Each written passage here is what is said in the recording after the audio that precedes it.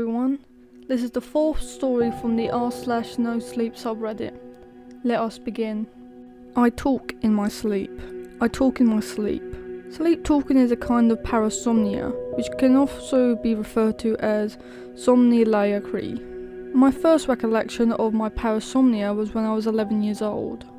My mum told me in the morning that when she checked on me during the night, I was incessantly mumbling. She said she didn't catch much of what I was saying, as it didn't make a whole of sense, other than a bunch of mismatched letters and sounds. She managed to make out a couple of words such as my friend's name Jacob and a single word gone. We laughed it off with a smile that lit up the room, and a kiss on the top of my head, and a fake accusatory finger wedge saying it was due to too much screen time before bed and not allowing my brain to shut off before going to sleep. It was nothing out of the ordinary, as me and Jacob did spend hours on the old battered computer in my father's office, playing whichever game was trendy at the time. And my mother always knew what was best for me.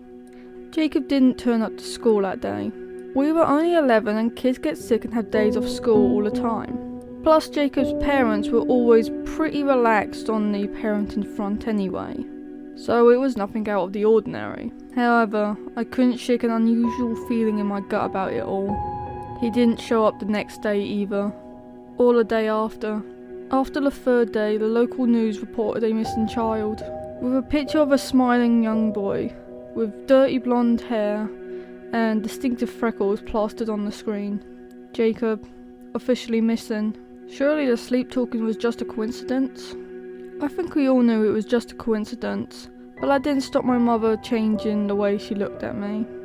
She was very religious and extremely skeptical of anything out of the ordinary and not in God's ideal world. She looked at me as if I were a monster, as if I were the one responsible for my own best friend's disappearance, as if I wasn't even her child anymore, for no reason except a silly coincidence. The search for Jacob continued, as did my mother's challenging looks towards me and whispers and hushed conversations with my father that ended abruptly as soon as I was spotted listening and lurking in the corner of the room.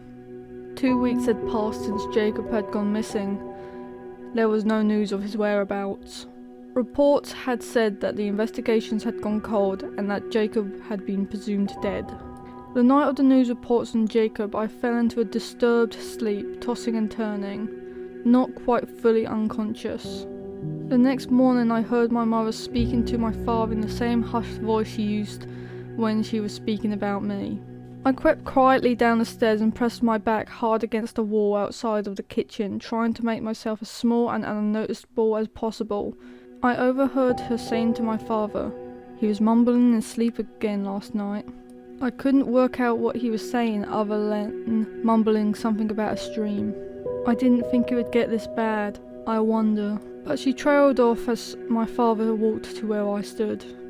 He grabbed me by my shirt collar and dragged me into the kitchen. My mum busied herself with making the breakfast, with only a fleeting glance, and not as much as a good morning as a greeting, while my father lectured me about how it was rude to eavesdrop on other people's private conversations, and if I was ever to be caught doing it again, I'd be grounded without an evening meal for 3 days. I went to school angry and hurt. Why were they acting this way? Later that night, on the evening news, the seemingly fruitless attempt to locate Jacob had received an anonymous tip that morning, and Jacob's body had been located in the stream, in the woods we used to play. My mother looked at me with nothing but pure hate in her eyes, and burst into tears and began to scream, calling me the devil, and blaming Jacob's death on me. I screamed back at her, pleading her to tell me what I didn't know, but she refused and stormed off to her room. My father quickly followed. I retreated to my room, tears in my eyes, anger swelled inside me like a fire that just had gasoline thrown on it. I slammed my door shut and threw myself onto my bed. Maybe she was right. Maybe I did kill Jacob. But what did she know about me that I didn't? What didn't she expect to happen so quickly to me? Guilt and curiosity rose up inside me, but did nothing to extinguish the flame of anger towards my mother that still danced across my chest. I knew what I had to do. I had to prove my innocence. I took my phone and hit record audio. I was so overwhelmed and exhausted from all the emotions I must have fell asleep almost instantly. Almost as if two dark clawed hands rose from the shadows and pulled me into unconsciousness. The next morning was nothing had been resolved. My mother or father didn't even show for breakfast. I guess they were too scared and disgusted to face me.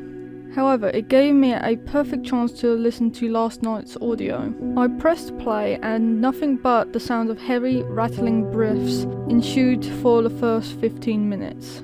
Until finally a voice. My voice, but different. It was extremely monotone and never wavered from the same low frequency that sent a chill shooting up my spine. It was the incessant mumblings that my mother had described, as a mixture of jumbled out sounds except I could understand each word I was saying. It was as if I was speaking a foreign language.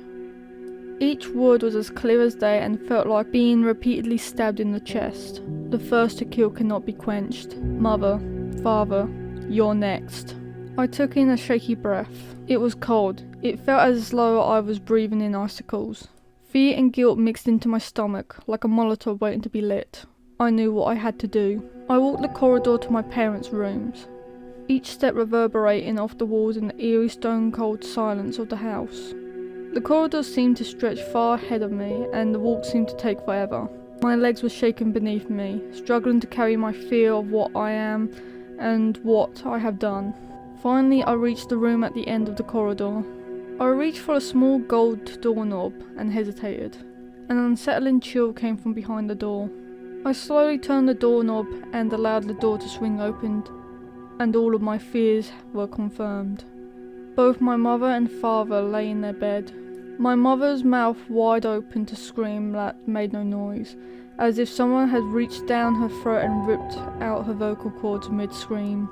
The headboard and bed covers were covered in splatters of blood, which I was able to identify the source of the blood as a huge slash across my father's chest, which was visible through his ripped nightshirt. My father showed signs of a struggle before he died, missing fingernails and even lost teeth, and the worst of all, his severed arm lay on the floor next to his clothes for the next day, which he would never get to wear. The strength needed to sever an arm was far more than I could generate, but the bite and claw marks on my arm and shoulders told me that I must have been the one to do it. I was the one my father struggled to protect my mum from, his attempts however futile. My mother's neck had been slit and hung loosely as if perfectly balanced on her neck. It all created a rich tapestry of the havoc and pain that I had caused. They were dead, and it was my fault. I fell to my knees at the foot of their bed and wept. I prayed and apologized to every god that I could think of, Jesus, Allah, Buddha. I prayed for the answer to what I am and why I've done this, but I heard nothing.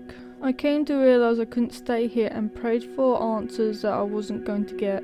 It was about survival now. It wouldn't be long before people knew something was up. I picked myself up and done what any normal person would do. I ran, as fast as my feet could take me, out of the front door and not even bothering to shut it behind me. I didn't just talk in my sleep. I murder in my sleep. And I don't know what to do next. Today's story was brought to us by username JackDaniels2404. I would appreciate any feedback you may have for me in the comments, and I look forward to reading again. Please like and subscribe if you want more videos, and tell me any suggestions that you may have in the comment section. For now, good night.